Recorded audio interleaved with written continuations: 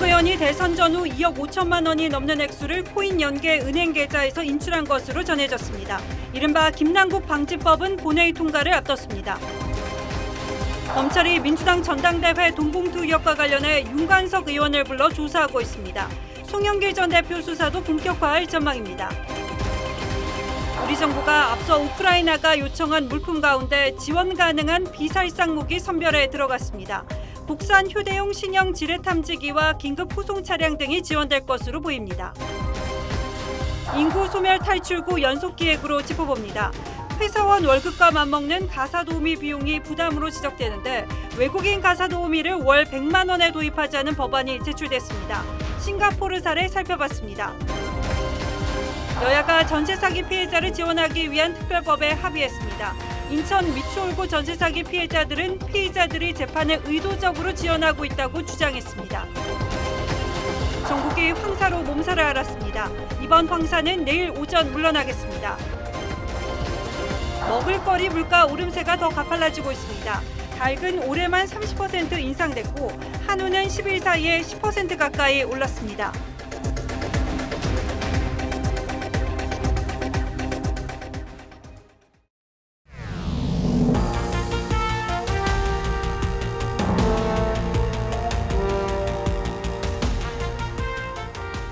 시청자 여러분 안녕하십니까? 뉴스9의 신동욱입니다. 김남국 의원의 코인 의혹이 본격적인 검찰 수사 국면으로 들어서고 있습니다. 이미 언론 보도만으로 의혹이 눈덩이처럼 커져 있고 그 의혹은 이재명 대표 대선 자금 의혹으로까지 번지고 있습니다. 지금까지 드러난 정황으로 볼 때 김 의원이 개인적인 투자 목적으로 이렇게까지 했다고 보기에는 상당히 무리가 있습니다. 김 의원은 지금까지 현금으로 인출한 건 단 440만 원뿐이라고 밝혀왔는데 검찰은 지난 대선을 전후해 그보다 훨씬 많은 수억 원대의 돈을 김 의원이 인출한 것으로 파악했습니다. 사실이라면 수사는 완전히 새로운 국면으로 접어들 수 있습니다. 오늘 뉴스9는 김남국 의원 코인 의혹 관련한 저희 단독 보도로 시작합니다. 한송원 기자가 취재했습니다. 가상자산을 처분해 대선 자금으로 사용했다는 의혹이 불거지자 지난 7일 김남국 의원이 공개한 ATM 출금 내역입니다. 대선 전후 3개월간 인출한 현금은 총 440만 원이라며 의혹을 일축했습니다. 현금으로 실물 현금으로 제가 인출한 적이 없고요. 440만 원 인출했습니다. 작년 대선 기간 1월부터 3월까지. 하지만 검찰이 업비트 거래 내역을 분석해봤더니 김 의원은 지난해 대선 전후인 2월 중순부터 3월까지 한 달 반 동안 2억 5천만 원이 넘는 돈을 코인 연계 은행 계좌로 쪼개서 인출했습니다. 이 계좌는 김 의원이 440만 원을 뽑았다며 공개했던 시중은행 계좌가 아닌 업비트 연결 계좌였습니다.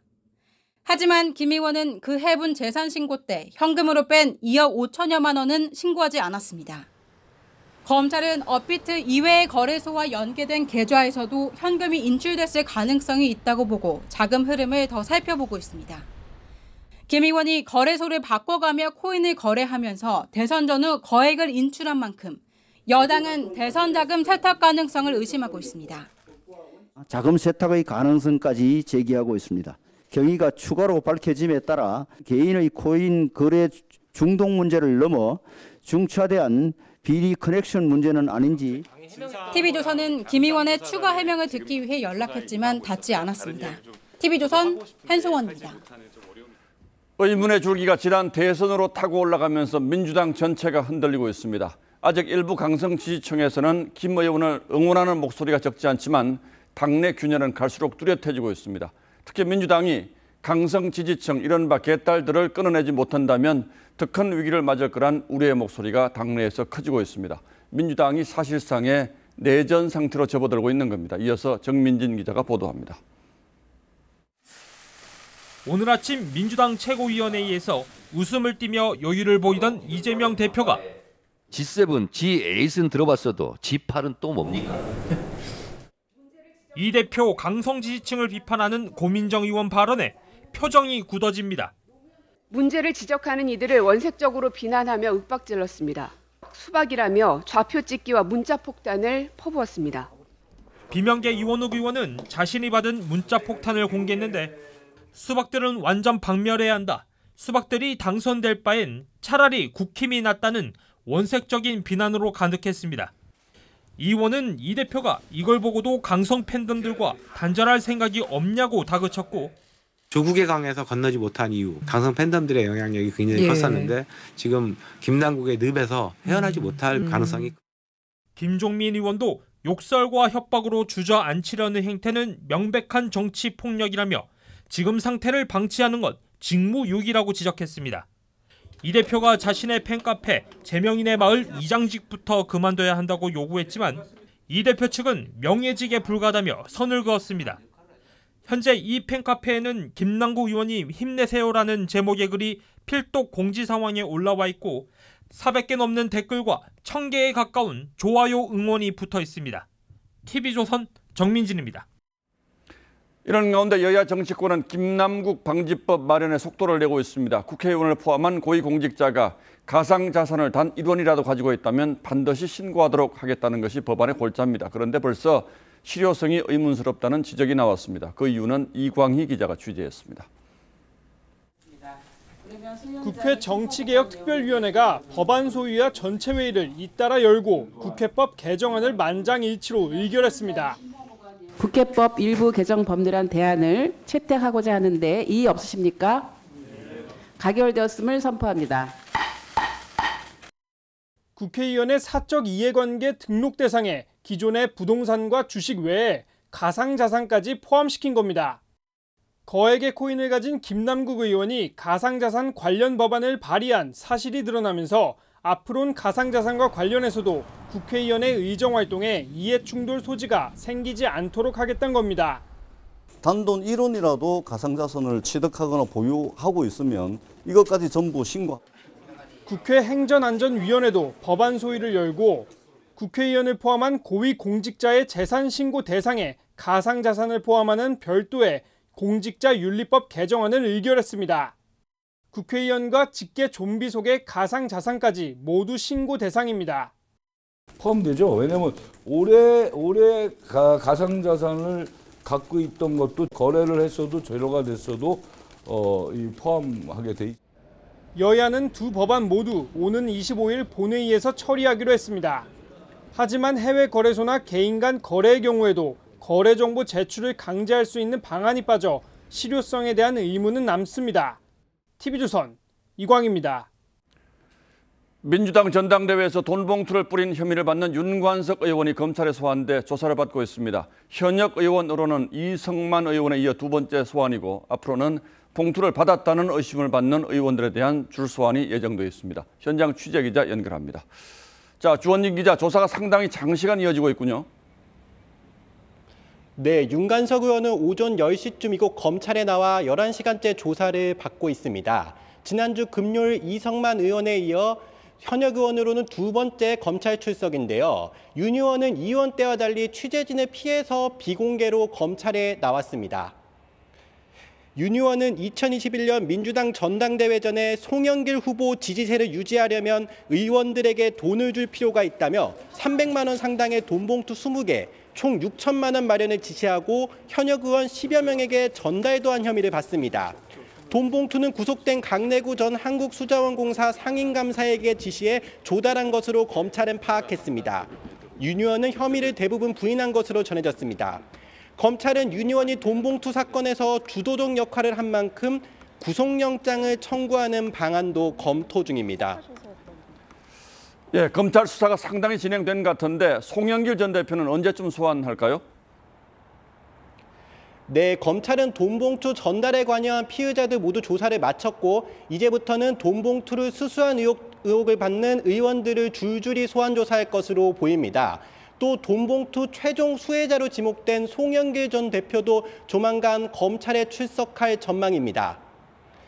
한 검찰 관계자는 돈봉투 수수 의원과 송 전 대표에 대한 수사는 다른 줄기라며 현역 의원 수사를 마치기 전에 송 전 대표를 부를 수도 있음을 시사했는데요. 검찰은 송 전 대표를 소환하면 스폰서 사업가로부터 불법 자금을 받았는지, 돈봉투 살포에 직접 개입했는지 등을 집중 조사할 방침입니다. 서울중앙지검에서 TV조선 주원진입니다. 윤석열 대통령이 오늘 방한한 EU 지도부와의 회담에서 우크라이나에 대한 비살상 무기 지원 계획을 다시 한번 확인했습니다. 공동 성명에는 러시아의 즉각적인 철수와 반인도적 전쟁 범죄에 대한 강한 톤의 비판이 담겼습니다. 지원을 검토하는 무기로는 어떤 게 있는지 구민성 기자가 취재했습니다. 유럽연합 지도부와 마주한 윤석열 대통령은 러시아의 우크라이나 침공부터 언급했습니다. 러시아의 우크라이나 침공에 대해 EU의 연대를 확인하면서 한국과 EU 정상의 공동 성명엔 반도체 공급망 협력과 함께 러시아에 대한 강경한 입장이 담겼습니다. 침략 전쟁에서 자행된 전쟁 범죄와 국제법 위반에 대한 책임을 지게끔 하겠다면서 러시아가 즉각적이고 완전하게 무조건 철수해야 한다고 압박했습니다. 어제 발표된 G7 공동성명 내용이 사실상 대부분 반영된 것으로 그동안 국제규범과 법치의 정명 위반이나 일방적 현상 변경 반대와 같은 표현을 쓰던 윤 대통령이 젤렌스키 대통령과의 회담 이후 서방의 대러시아 압박에 동참했다는 평가가 나옵니다. 정부는 젤렌스키 대통령의 비살상용 무기 지원 요구도 검토에 착수했습니다. 젤렌스키 대통령께서 저희들에게 일부 목록을 주셨는데 그 부분에 대해서는 저희가 신중하게 검토를. 가장 유력한 비살상 무기로는 지뢰 제거 장비인 장애물 개척 전차 K600이 꼽히는데 기존 K1A1 전차에 지뢰 제거 쟁기와 굴착파를 장착하면 다른 장애물도 제거할 수 있습니다. 지뢰 제거 장비라든가 또는 긴급 후송 차량 그런 것들에 대한 논의가 있었던 것으로 알고 있고 레이더로 비금속 물체도 잡아낼 수 있는 휴대용 지뢰 탐지기 PRS-20K도 지원 목록에 포함될 가능성이 높습니다. TV조선 구민성입니다. 이번 히로시마 G7 정상회의에서 한미일 세 나라 정상은 새로운 수준의 밀착 공조의 뜻을 모았습니다.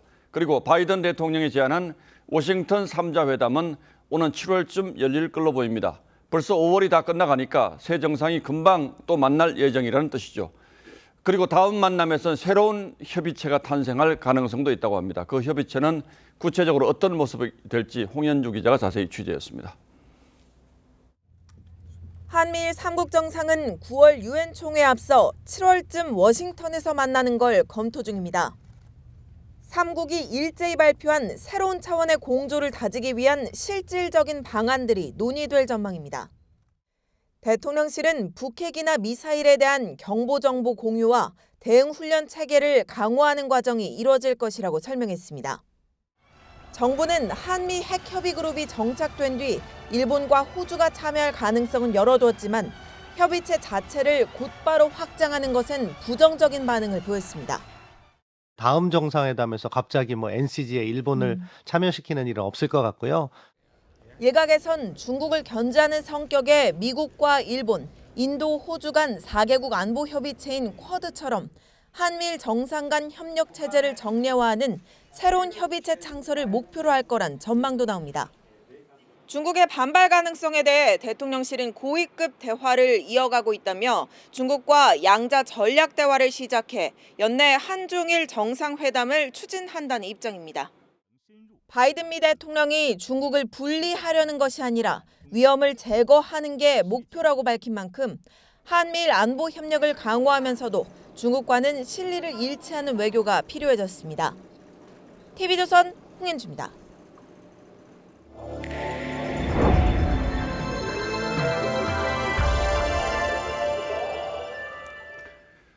대한민국은 지난 17년간 330조 원을 저출산 대책에 쏟아부었지만 작년 우리 출산율은 0.78명으로 세계 꼴찌였습니다. 인구 소멸로 사라지는 최초의 국가로 지목될 정도로 저출산은 이미 심각한 재앙이 됐죠.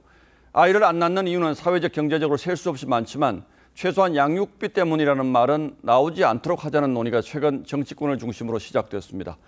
그래서 저희는 오늘과 내일 이틀 동안 외국인 가사 도우미를 월 100만 원에 도입하자는 논의를 좀 더 자세히 들여다보기로 했습니다.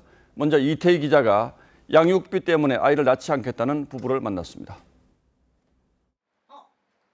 17년 차 엔지니어로 직장에 다녔던 45살 임경희 씨. 3년 전 늦둥이를 임신한 뒤 회사를 그만둬야 했습니다. 기분이 좋아진 동생 아고가 노래를 불렀어요. 아이를 돌봐줄 도우미 비용 때문이었습니다. 300에서 350, 집에서 아예 상주하시는 분들은 더 금액적으로 더 비싸고요. 차라리 제가 집에 있는 게 경제적으로 도움이 더 되는 거죠. 국내 가사도우미 지급은 평균 15,000원 수준, 한 달이면 300만 원을 훌쩍 넘습니다. 국내 여성 근로자 월평균 임금과 별 차이 없습니다. 작년 한 해 직장을 그만둔 여성 140만 명 중 절반은 양육 부담 때문이었습니다. 애를 낳아서 도저히 키울 수가 없는 양육비 부담이 굉장히 큰 이유로 작용하고 있다. 이대로면 한국이 최초의 인구 소멸 국가가 될 전망입니다. Unless things are changed. Projection which has been produced recently suggested that the year 2750 was when the last Korea would disappear from the planet. 세계 최저 출산율을 반등시키려면 소득 대비 세계 1위인 양육비 질곡으로부터 해방시켜야 한다는 지적입니다. TV조선 이태희입니다. 양육비 부담 면에서 우리와 크게 대비되는 나라가 싱가포르입니다. 소득 수준은 우리의 2배가 넘는데 가사 도우미 비용은 절대 금액으로는 우리의 3분의 1도 안 됩니다. 아이가 있는 집은 대부분 동남아 출신 가사 도우미를 고용하고 있고 그 덕분에 경력 단절 여성도 줄고 출산율도 우리보다는 꽤 높습니다. 물론 외국 근로자를 차별 대우해서는 안 된다는 보편적 인권의 문제가 제기될 수도 있죠. 싱가포르 제도의 장단점은 최원영 기자가 살펴봤습니다. 싱가포르의 한인 가정에서 일하는 미얀마인 가사 도우미가 아이와 놀아주고 식사도 준비합니다. 월 90만 원을 받으며 6년째 일하고 있는 가사 도우미 덕분에 박도연 씨는 아이 셋을 키우고 직장도 다닙니다. 저한테 애들이 셋이라는 거는 한국에서는 정말 상상할 수 없는 일이었을 건데 싱가포르에서였어서 가능했었던 것 같고. 싱가포르는 1978년 외국인 가사도우미 제도를 도입했는데 현재 월급 60에서 90만 원을 받는 동남아 출신 26만여 명이 일하고 있습니다. 싱가포르 월 평균 임금의 20% 수준이지만 본국보다는 훨씬 많습니다. Have you ever thought that it is rather unfair? I didn't feel that way. 4 times a month, back home also with our family. We can have our own house. My family can live a better life after I work in Singapore. 덕분에 싱가포르 여성들의 경제 활동률은 1990년대 45%에서 2021년 64%로 상승하며 한국을 추월했습니다. 출산율도 지난 2015년 한국과 같은 1.24명이었지만 작년에는 1.05명으로 한국의 0.78명보다 크게 높았습니다. TV조선 최영입니다. 예, 외국인 보모를 제도화하는 데는 아직 여러 가지 난관이 있습니다. 인권 문제도 제기될 수 있죠. 하지만 제도의 틀 속으로 가져오는 것이 오히려 낫다는 주장도 만만치 않습니다. 정치권에서 가장 먼저 이 문제를 공식적으로 제기한 시대전환 조정훈 의원을 직접 만나보겠습니다. 조 의원님 어서 오십시오. 고맙습니다. 네, 반갑습니다. 자, 이 문제를 좀 살펴보기 위해서 지난주에 여야 의원들과 함께 싱가포르를 다녀오셨다고 하는데 가서 보니까 어떻던가요? 예, 반드시 해야 하고 할 수 있는 제도라는 확신이 들었습니다. 예. 이 제도에 대해서 어떻게 생각하냐고 했을 때 싱가포르 정부 공무원뿐만 아니라 예. 시민들 그리고 가사 도우미의 인권을 지원하는 시민단체, 노동단체뿐만까지도 이 제도는 고용인과 고용주 모두에게 윈윈이 될 수 있다. 아까 보신 대로 가사 도우미 분들에게는 굉장한 경제적 도움이 되고요. 예. 또 싱가포르 주부들 또 싱가포르 가정에게는 없어서는 안 되는 필수제 같은 상황이 된 것이다. 그래서 정말 반드시 한번 하고 싶다라는 생각을 갖고 돌아왔습니다. 뭐 저희가 편의상 월 100만 원이라는 표현을 쓰긴 했습니다만 실제로 그보다 더 적을 수도 있고요. 또 뭐 여러 가지 방안이 있을 수 있겠습니다만 문제는 이제 국내에서는 최저임금을 외국인과 국내인을 달리 적용할 수 없다. 이제 이게 가장 큰 논쟁이 될 것 같은데 이 부분에 대해서는 어떻게 해결책이 있을까요? 예, 저는 두 가지 그 제도적 장애물이 있다고 생각하고요. 예. 정서적 장애물도 있다고 생각합니다. 첫째는 중국 동포로 상징되는 동포분들에게만 비자를 발급하는 비자 제도 이거 바뀌어야 된다고 생각합니다. 예. 두 번째는 우리나라 최저임금이 일률적이기 때문에 예. 특정 직군에 대해서 차등 적용이 불가능합니다. 예. 이 두 가지를 좀 바꿔야 되는데 다행히 이제 비자 제도는 이제 고용노동부가 연다고 하고 있고요. 예. 두 번째는 이제 제가 발의한 법안인데 지금 현재도 가사 사용인이라는 직군은 예. 최저임금, 근로기준법, 최저임금법, 남녀고용평등법 등에서 다 최저임금 예외 조항이 되어 있습니다. 예, 가사 도우미의 법적인 지위를 좀 달리하자 뭐 이런 말씀이신 거죠? 예. 그렇습니다. 예. 그래서 대한민국 국민뿐만 아니라 앞으로 외국에서 오는 가사 도우미 분들을 가사 사용인 직군으로 간주하면 지금 현재 법안으로도 최저임금에 적용해서 제외할 수 있고요. 또 이런 임금 체제를 해야만 우리나라의 많은 30대 부부들이 출산을 할 수 있는 30대 부부들이 부담 없이 고용할 수 있는 상태가 될 수 있다. 물론 뭐 인권 침해 문제 같은 것 부분에서 이제 그분들을 보호하는 제도적 장치는 마련이 돼야 되겠죠. 네, 인권 침해라는 주장이 있다라고 했더니 싱가포르에서 15년째 근무하는 필리핀 출신 가사 도우미께서 침묵을 잠시 하시더니 나는 15년 전으로 돌아가면 똑같은 선택을 할 것이다. 예. 이 덕분에 우리 가족 부양했고 예. 땅 사고 집 사고 다 했다. 예. 감사하다, 고맙다 이런 얘기를 했습니다. 예. 물론 뭐 임금체불 그다음에 여러 가지 폭력 이런 것들 막아야 되죠. 예. 뭐 어떤 직군 안 그렇겠습니까? 그런 것들이 잘 보호된다는 전제하에 저는 임금으로 인권을 보호하는 것이 아니라 이분들을 인격적으로 대우함으로써 보호할 수 있다 생각합니다. 그 서울시하고 노동부에서 나온 발표를 보면 올 하반기부터 최저임금을 적용받는 외국인 가사 도우미 제도를 도입해보겠다 이제 이런 얘기를 하는데 이건 좀 완전히 다른 길인가요? 조 의원님 생각하시는? 저는 방향은 맞는데 예. 200만 원이 넘는 임금은 어렵다 생각합니다. 예. 너무 중간에 멈춰버렸다. 어쩔 수 없이. 예. 우리나라 30대 여성들의 중위소득이 약 270만 원입니다. 예. 200만 원 이것저것 합쳐보면 230만 원 되는데요. 한 달 벌어서 몽땅 가사 도우미한테 주는 겁니다. 예. 이럴 바엔 일 접죠. 그러다 보니까 지금 경력 단절, 소위 경단료가 1년에 140만씩 나오는 거거든요.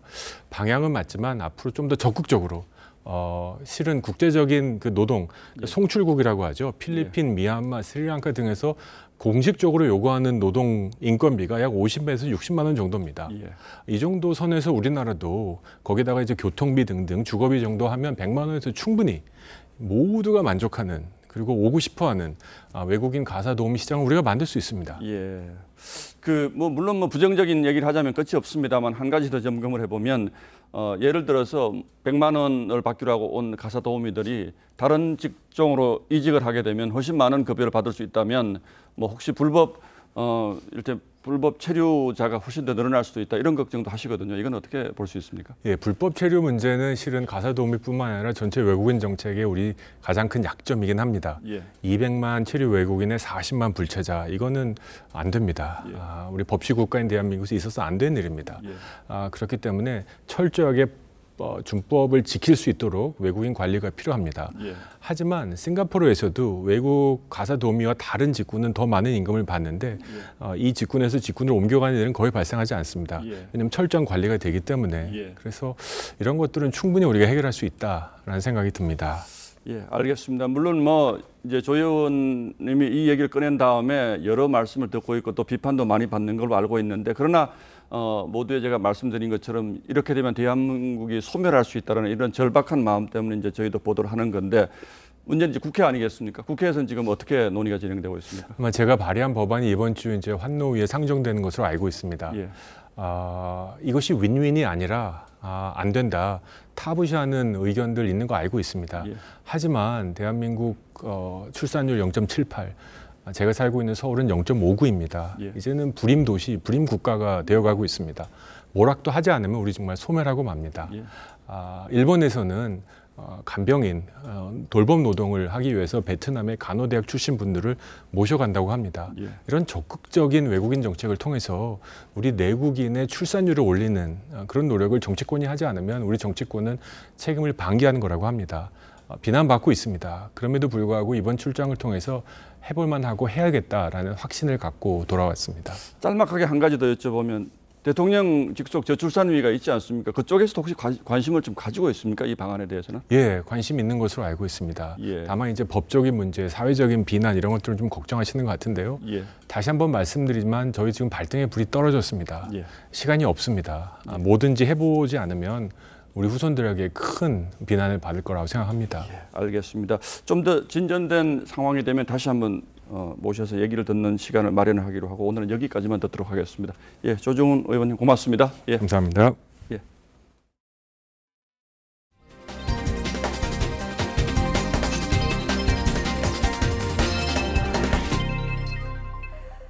국회가 논의를 거듭한 끝에 전세 사기 피해자를 지원하기 위한 특별법에 합의했습니다. 이번 주 본회의에서 통과될 가능성을 높였는데요. 이번 특별법은 피해자들 집이 경매로 넘어갔을 경우에 은행 등 선순위 권리자보다 앞서 배당을 받을 수 있는 금액을 최장 10년 무이자로 대출해준다는 내용이 핵심인데요. 피해자들은 결국 빚만 늘어날 뿐이라면서 반발하고 있습니다. 김혜나 기자입니다. 전세 사기 특별법이 오늘 오전 국회 국토위 소위원회 문턱을 극적으로 넘어섰습니다. 정부 여당이 특별법을 발의한 지 25일 만입니다. 지금 할 수 있는 현실적인 그리고 또 실효성 있는 법안 마련을 위해서 우리 의원님들 모두 다 최선을 다했습니다.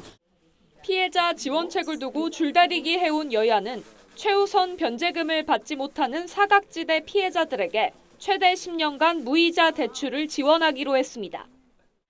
최우선 변제권은 세입자가 살던 집이 경매로 넘어가면 선순위 채권자가 있어도 일부 보증금을 돌려받을 수 있도록 하는 권리인데 보증금 기준과 범위가 지역별로 제한돼 있어 한계가 있었습니다. 전세 사기 피해 대상 요건도 확대합니다. 4억 5천만 원이었던 보증금 상한선을 5억 원으로 늘리고 집주인에 대한 수사 개시 없이도 피해를 인정받을 수 있게 한 겁니다. 다만 야당이 주장한 선지원 후구상 방안이 배제된 데다 이미 대출빚이 쌓인 피해자들에게 무이자 대출 지원은 비뒤에 빚 더하기란 비판이 나옵니다. 전세를 이사 가야지만 그게 나오는 거예요. 빚만 계속 늘어나는 거잖아요. 죽을 때까지. 여야 합의로 7부 능선을 넘은 특별법은 오는 25일 본회의에서 최종 의결될 예정입니다. TV조선 김예나입니다. 인천 미추홀구 전세 사기 피의자들에 대한 재판이 이어지고 있는데요. 이 피의자들이 검찰이 제시한 증거 대부분을 인정하지 않아서 재판이 2달째 이렇다 할 진척을 보이지 못하고 있습니다. 피해자들은 재산을 빼돌리려는 전략이라면서 법원 앞에서 침묵 시위를 벌였습니다. 강석 기자입니다. 법원 앞에서 손팻말 시위가 벌어집니다. 일명 건축왕 전세 사기 피해자들이 침묵 시위에 나선 겁니다. 인천지법은 오늘 건축왕 A씨 등 10명에 대한 3차 공판을 열었습니다. A씨 일당 변호인은 검찰 측이 제출한 증거 대부분을 동의하지 않았습니다. 이렇게 되면 재판부가 증인신문을 다시 해야 해 지난달 초부터 시작된 재판이 증인신문 일정 조율에 2달을 허비하는 셈입니다. 전세 사기 피해자들은 건축왕 일당이 재산을 빼돌리고 형량을 낮추려고 시간을 끌고 있다며 분통을 터뜨립니다. 이 시간을 끌어서 재산을 빼돌리고 이슈가 잠잠해지면 이들이 형량을 낮추고 뭔가 더 면죄부를 받기 위해서 이러는 것처럼. 재판이 길어지면서 일부 피해자들은 생업에도 차질을 빚고 있습니다. 사건이 길어지면은 공판에 계속 쫓아다니라고 일도 못하고 그다음에 생업까지 포기하는 사람들도 많습니다. 검찰은 건축왕 일당에 대해 최대 무기징역까지 처벌 가능한 특정경제처벌법 적용을 검토하고 있습니다. TV조선 강석입니다. 아파트 공사 현장 곳곳에서 갈등이 잇따르고 있습니다. 최근 원자재 가격 급등으로 이 시공사가 공사비 인상을 요구하면서 조합과 마찰을 빚고 있는 건데요. 일부 조합은 시공사와 계약을 해지하는 등 초강수를 두기도 합니다. 정수영 기자입니다. 경기도 성남시의 한 아파트 재개발 현장. 철거는 거의 끝났지만 공사 시작 시점은 미지수입니다. 착공을 앞두고 시공사업단이 조합 측에 공사비 3,500억 원을 올려달라고 요청했는데 양측이 절충점을 찾지 못했기 때문입니다. 조합은 결국 시공단과 계약 해지를 추진하고 오는 26일 시공사 재선정을 위한 현장 설명회를 개최합니다. 2억이 넘죠. 협상을 여러 번 했어요. 해갖고 끝까지 안 돼가지고 우리가 해지권을 올린다. 경기도 양주시의 한 아파트도 최근 시공사 교체를 추진하면서 단지명을 양주 힐스테이트 센트럴 포레에서 쌍용 더 플래티넘 양주로 바꾸는 등 공사비를 둘러싼 시공사와 조합 간의 잡음이 끊이지 않고 있습니다. 원자재 가격 인상과 물가 상승 등이 맞물리면서 주거용 건물의 건설 공사비 지수는 2년 전보다 20% 넘게 오른 상황. 건설사들은 공사비 인상이 불가피하다는 입장이고 최근 콘크리트, 시멘트 이게 건설주의 가장 주자재인데 30%에서 40% 가까이 올랐고 인건비 같은 것도 어마무시하게 올랐고요. 조합은 추가되는 부담금이 너무 무겁다고 호소합니다. 시공사와 조합의 다양한 갈등이 잇따르는 가운데 자칫 주택 공급 부족이 심화하는 건 아닌지 우려가 커지고 있습니다. TV조선 정수양입니다. 오늘 낮 한 육군 병사가 사격 훈련 중에 총상으로 숨지는 사고가 발생했습니다. 자신의 총에서 발사된 총알이 원인이 됐다는데요. 어떻게 이런 사고가 발생한 건지 윤동빈 기자가 취재했습니다. 오늘 낮 12시 15분쯤 경기도 양주에 위치한 육군 부대에서 사격 훈련 중이던 20대 병사 한 명이 총상을 입고 숨졌습니다. 병사는 심정지 상태에서 심폐소생술을 받으며 병원으로 옮겨졌지만 병원 측은 오후 3시쯤 사망 판정을 내렸습니다. 후두부 쪽에 다량 출혈이 있었어요. 현장에서 보니까 뒤쪽으로 해서 커즈 패드 같은 걸로 이렇게 되어 있고. 이 병사는 K2 소총이 격발되면서 목숨을 잃었는데 당국은 표적지가 올라올 때마다 서서 쏴, 무릎 쏴, 엎드려 쏴 자세로 바꾸던 중 실수로 넘어지면서 격발했을 가능성을 높게 보고 있습니다. 군은 다른 병사의 오발 가능성까지 열어두고 정확한 사고 경위를 파악하고 있습니다. TV조선 윤동빈입니다. 술 마시면서 카드놀이를 하는 홀덤펍이라고 들어보셨을 겁니다. 현직 조직폭력배 일당이 홀덤펍에서 금송아지를 내걸고 도박을 벌이다가 붙잡혔습니다. 이 금송아지 덕분에 도박판에는 사람이 몰려들 정도였는데요. 경찰은 일당을 잡기 위해서 택배기사로 위장하고 단속에 나섰습니다. 이승훈 기자입니다. 택배기사가 전화를 해 잠겼던 홀덤펍 출입문이 열리자 계단 아래에 있던 남성들이 업소 안으로 뛰어듭니다. 알고 보니 택배기사도 남성들도 모두 경찰관이었습니다. 홀덤펍은 원래 술을 마시며 카드놀이를 하는 곳이지만 이곳에서는 현금으로 환전해주는 불법 도박판이 벌어졌습니다. 경찰 조사 결과 조직폭력배인 45살 A씨 등 9명은 지난 1월부터 충북 진천군에서 홀덤펍을 운영했습니다. 이들은 SNS로 도박돈을 모집해 베팅 금액의 20%를 수수료로 받아 그동안 2억 5천만 원을 챙겼습니다.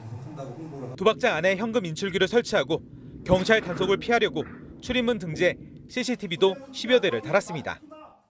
이들은 특히 금송아지나 금반지 등을 경품으로 내세우며 도박꾼을 유인하기도 했습니다. 도박 현장에서 환전을 해주었고 금송아지나 금반지 같은 경품을 제공하기도 했습니다. 그러한 점이 일반 홀덤펍과는 다른 점입니다. 경찰은 A씨 등 2명을 구속하고 딜러 등 7명을 불구속 입건했습니다. TV조선 이승훈입니다. 다시 또 마스크가 필수인 하루였습니다. 중국발 황사의 영향으로 어제에 이어 오늘도 전국 대부분 지역의 미세먼지 농도가 나쁨 수준이었습니다. 30도에 육박하는 더위는 내일도 이어지겠습니다만 적어도 오전까지는 마스크 착용해 주셔야겠습니다. 전정원 기자입니다. 남산에서 바라본 서울 도심이 희뿌연 먼지에 갇혔습니다. 북한산 능선은 어렴풋이 윤곽만 보이고 강 건너 건물은 분간조차 어려울 정도입니다. 목이 좀 가래가 끼는 것도 있고 이제 먼지가 쌓이니까 좀 숨 쉬는 것도 불편하고. 중국발 황사의 영향으로 서울의 미세먼지 농도는 하루 종일 나쁨이었고 한때 225 마이크로그램으로 매우 나쁨까지 치솟았습니다. 시민들은 코로나 엔데믹 이후 벗어뒀던 마스크를 다시 썼습니다. 이제 요새는 또 많이 마스크도 안 쓰셔서 저도 이제 벗어도 되겠구나, 저희 아이들도 이렇게 생각은 했는데. 올 들어 서울에서 황사가 나타난 날은 18일로 2001년 이후 최다입니다. 중국 대륙의 건조한 날씨가 이어지면서 황사가 자주 발생하는 겁니다. 발원지 주변에 이제 눈이나 비가 조금 상대적으로 적게 내리는 가운데 기온도 높아가지고 이로 인해 전남 지역의 미세먼지 농도가 최고 415 마이크로그램으로 매우 나쁨을 기록했고 전국 대부분이 나쁨이었습니다. 기상청은 내일 오후부터 황사가 물러가면서 미세먼지 농도도 보통 수준을 회복할 것으로 전망했습니다. TV조선 전정원입니다. 매년 반복되는 일상이라는 게 있죠. 초복, 중복 때는 삼계탕을 먹는 것도 그중 하나일 텐데요. 올 여름은 대표적인 보양식 삼계탕 먹기도 부담스럽게 생겼습니다. 이 닭고기 등 재료값이 오른 데다가 전기와 가스요금 인상으로 삼계탕 한 그릇 가격이 2만 원에 바짝 다가섰습니다. 윤재민 기자입니다. 점심 손님들로 붐비는 서울의 한 삼계탕 전문점. 삼계탕 가격은 17,000원으로 석 달 전에 1,000원을 올렸습니다. 재료값 상승에 가격을 더 올리고 싶지만 손님이 줄까 고민입니다. 정심값이 있대요. 그러면 이제 만약에 8,000원이면은 8,000원 안 되잖아요. 그러니까 넘잖아. 그러다 보면은 이제 개인이 또 내야 되니까. 이른 새벽부터 센 불로 육수를 끓여야 하는데 계속 오르는 전기 가스 요금도 부담입니다. 지난달 서울 지역 삼계탕의 평균 가격은 16,346원. 1년 새 12.7% 올랐습니다. 삼겹살과 김치찌개, 냉면 등 외식 메뉴 가운데 상승폭이 가장 높았습니다.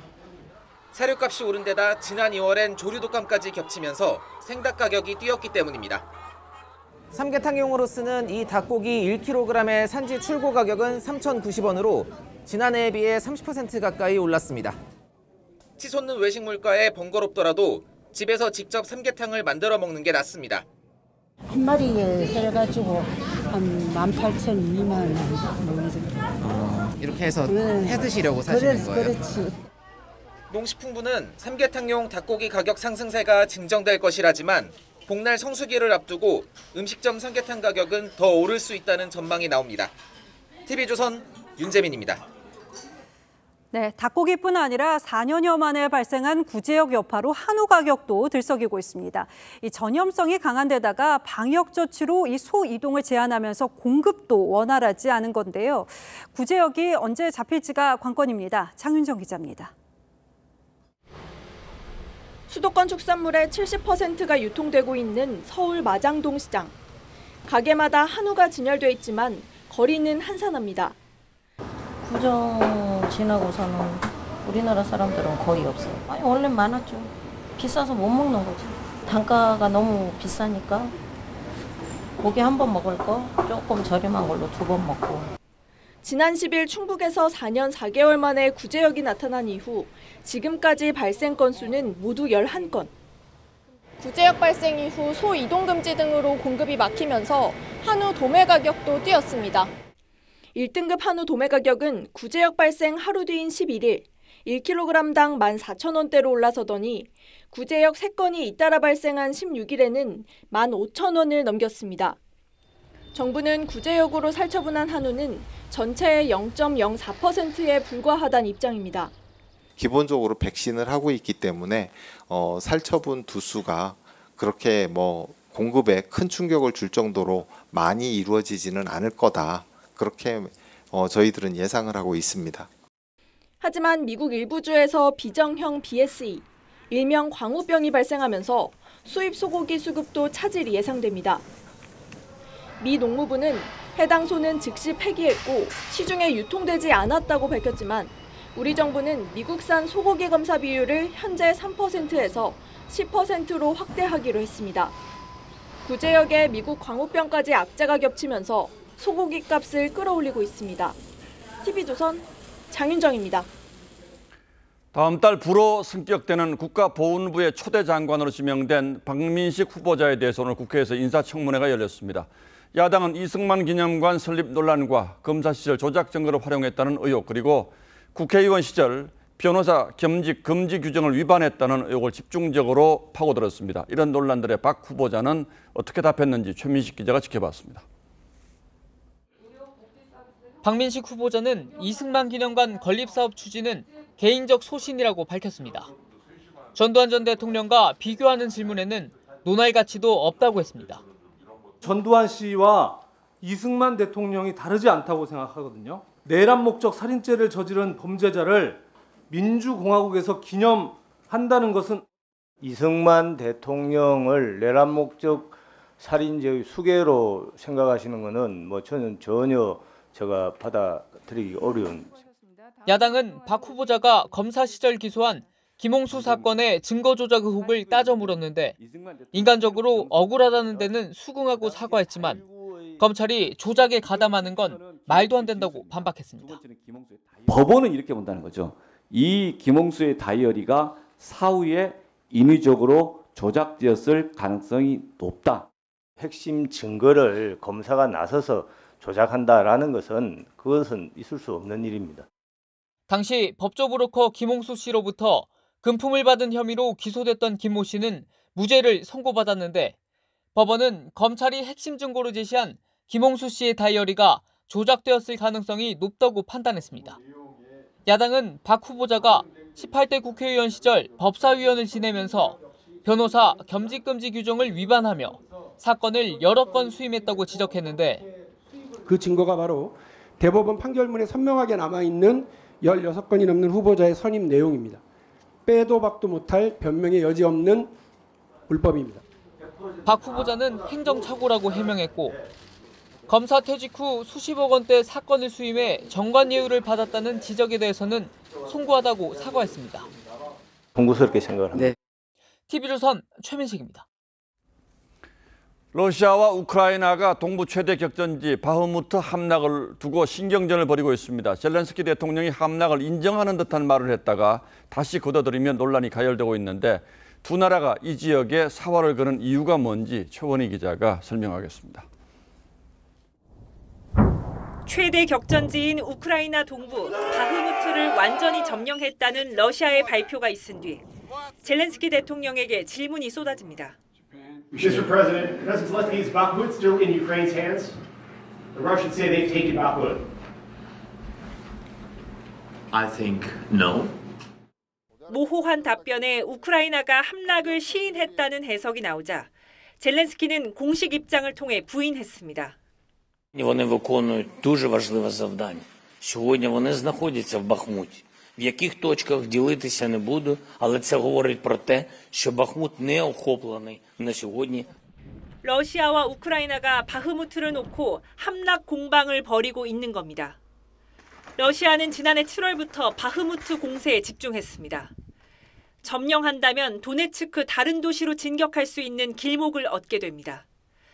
하지만 이보다는 후퇴를 거듭하던 러시아가 오랜만의 승리로 자존심을 회복한다는 상징적 의미가 커 우크라이나도 소모전을 불사하며 맞서고 있습니다. Bakhmut is of no strategic importance.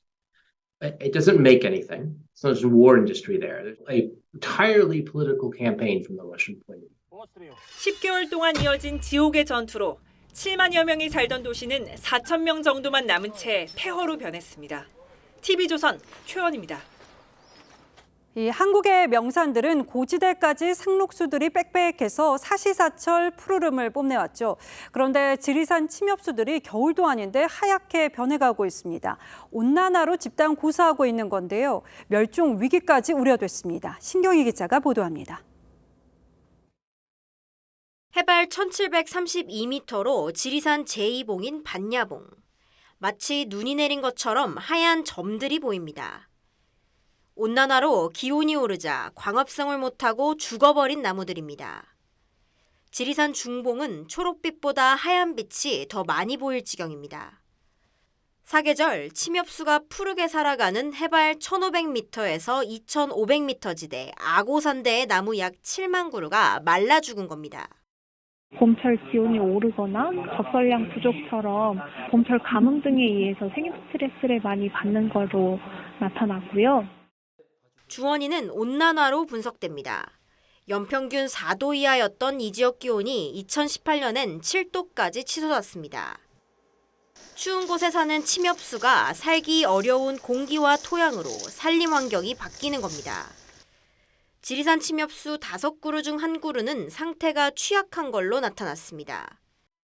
특히 고사목 대부분은 크리스마스 트리로 유명한 구상나무인데 한국 고유종이라 전 세계적인 멸종 위기가 우려됩니다. 반야봉 이런 구상나무 생육 상태가 가장 빈약한 반면 국립공원공단은 인공지능을 활용한 나무 지도를 만들어 침엽수 고사를 막는 데 활용할 계획입니다. TV조선 신경입니다. 올 상반기 최고 기대작인 범죄도시3가 언론 시사회를 통해 처음으로 공개됐습니다. 침체된 영화 시장의 구원 투수가 될 수 있을지 관심인데요. 우선 출발은 좋습니다. 박소영 기자입니다. 팬데믹 이후 유일한 1000만 돌파 영화로 화제가 됐던 범죄도시2. 3편은 형사 마석도가 신종 마약 사건의 배후를 캐는 이야기로 전편보다 강력한 액션이 재미 포인트로 꼽힙니다. 2랑은 조금 전혀 새로운 이야기를 조금 만들어보자라고 이야기를 하고 나서 빌런이 2명인 게 좀 어떻냐. 정식 개봉을 열흘가량 앞두고 있지만 158개국에 선판매되고 예매율 1위를 차지하면서 영화 시장에 활기를 불어넣을 수 있을지도 관심입니다. 실제로 한국 영화 관객 수는 3달째 100만 명대를 기록하고 있는 데다 지난달 관객 수는 외화의 3분의 1에 그쳤을 정도로 한국 영화계는 계속된 부진을 겪어왔습니다. 극장에 사람이 좀 줄어들고 있다는 것은 굉장히 안타깝게 생각하고요. 그래도 범죄 도시를 통해서 좀 많은 분들이 오시게 돼서 다시 극장에 좀 많이 관객분들이 영화를 보는. 영화계는 범죄 도시가 관객몰이에 성공한다면 귀공자와 밀수 등 개봉을 기다리는 대작들도 순항할 수 있을 것으로 내다보고 있습니다. TV조선 박소영입니다. 챔피언 결정전을 끝낸 프로농구가 역대급의 에어컨 리그까지 마쳤습니다. 각 팀 간판급 선수들이 적지 않게 팀을 옮겨서 지각 변동이 예고됐는데요. 성민혁 기자가 KCC로 이적한 최준용 선수에게 포부를 물었습니다. 2m의 큰 키에도 빠른 발과 정교한 슈팅, 넓은 시야까지 갖춘 최준용. 2021-22 시즌에는 전 경기 출전에 평균 16득점으로 시즌 MVP까지 차지했습니다. SK맨 최준용이 오늘 KCC 유니폼을 입고 거침없는 포부를 밝혔습니다. 연봉 킹보다는 저는 농구 킹이 좀 되고 싶습니다. 항상 미국에 가고 싶은 꿈이 있었는데 그 꿈에 대한 KCC에서 그 꿈에 대한 존중을 너무. 최준용에다 2020-21 시즌 MVP 송교창이 군복무를 마치고 복귀하는 KCC는 단숨에 우승 후보로 도약했습니다. 제가 있는 팀이 최고의 우승 후보라고 저는 생각하기 때문에 모든 팀들에게 경고하겠습니다. 조심하십시오. 올 시즌 계약에 성공한 프로농구 FA 27명 중 무려 14명이 팀을 옮겼습니다. 역대급 에어컨 리그의 시작은 국가대표 포워드 양홍석의 LG행 소문과 함께 시작됐습니다. 양홍석을 LG에 빼앗길 위기였던 KT가 4년 연속 최우수 수비상에 빛나는 문성곤을 먼저 품었고 KGC의 챔피언 결정전 우승을 이끌었던 MVP 오세근도 중앙대 시절 52연승을 합작했던 김선영이 있는 SK로 이적했습니다. 각 팀 에이스급 선수들이 대거 팀으로 옮긴 2023-24 프로농구. 새로운 팀, 새로운 선수들이 리그에 흥미를 더하고 있습니다. TV조선 성민혁입니다.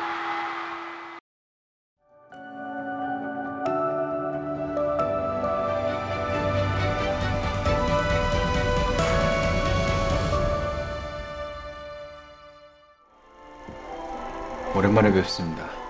고모마마. 조선으로 돌아갈 날만 기다리고 있습니다. 덕혜옹주를 고모라고 부르는 이 남자는 고종의 손자이자 의친왕의 아들 이우입니다. 일제가 일본 왕족과 시키려던 정략 결혼을 4년이나 거부한 끝에 박영효의 손녀와 결혼했죠. 그는 일본 것은 병적이라 할 만큼 싫어했고 일본의 간섭에 사사건건 반발했다고 합니다. 일제 법령에 의해 일본군 장교가 된 그가 히로시마로 배속됐을 때도 전역을 요구했지만 끌려가다시피 했죠. 한 달쯤 뒤 출근하던 그의 머리 위로 섬광이 번쩍였습니다. 원자폭탄 폭발 중심 부근에서 그는 만신창이가 돼 숨졌습니다. 바로 그 자리에 1970년 한국인 원폭 희생자 위령비가 들어섰습니다. 피폭 생존자와 유족들은 한일 정부의 무관심 속에 어렵게 세운 위령비 앞면에 이렇게 새겼죠. 그리고 다시 29년 외로운 싸움 끝에 히로시마 평화기념공원 안으로 위령비를 옮기는 원을 풀었습니다. 그 한 달 뒤 오부치 총리가 처음으로 헌화했고 양국 정상이 함께 참배하기까지는 또다시 24년이 걸렸습니다.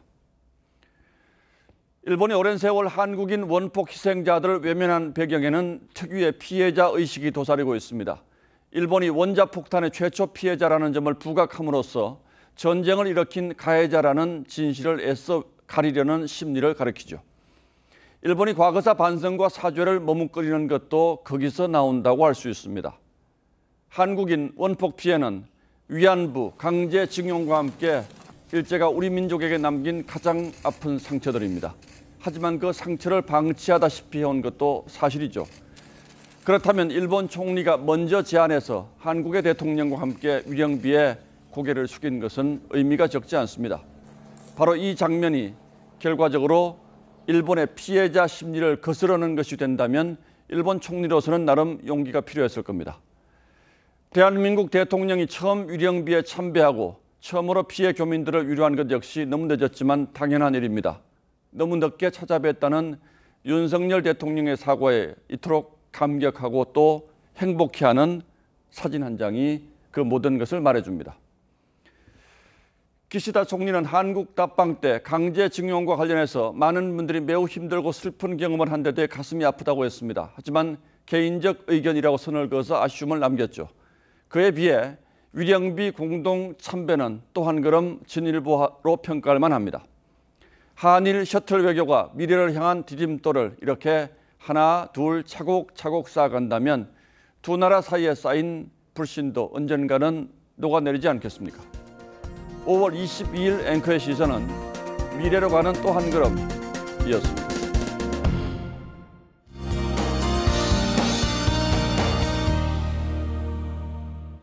전국이 황사먼지로 뒤덮이면서 종일 뿌연 하늘과 함께였습니다. 내일도 공기질이 탁한 곳들이 많겠는데요. 일부 수도권을 포함한 서쪽에서는 오전에 미세먼지 농도 매우 나쁨 수준이 예상됩니다. 외출하실 때 KF80 이상의 마스크를 꼭 착용하시기 바랍니다. 대기 불안정으로 오늘 자정까지도 곳곳으로는 5에서 20mm의 소나기가 지나겠습니다. 황사와 섞여서 내릴 수 있으니까요. 가급적 비를 맞지 않도록 조심하시고요. 내일 오후에도 강원 내륙과 산지, 충북 북부와 경북에서는 5에서 20mm의 소나기가 예상되는데요. 돌풍과 천둥, 번개가 동반되는 곳도 있어 주의하셔야겠습니다. 내일 출근길 내륙 곳곳으로는 안개가 자욱하겠습니다. 조금 더 여유를 두고 출발하시는 게 좋겠고요. 내일 아침 기온은 13도 안팎으로 오늘보다 낮은 곳들이 많겠습니다. 낮 기온은 서울과 청주, 대전과 대구가 27도로 덥겠습니다. 목요일까지는 대체로 맑다가 주 후반 날이 흐려지겠습니다. 날씨였습니다. 5월 22일 월요일 뉴스9는 여기서 모두 마치겠습니다. 시청해주신 여러분 고맙습니다.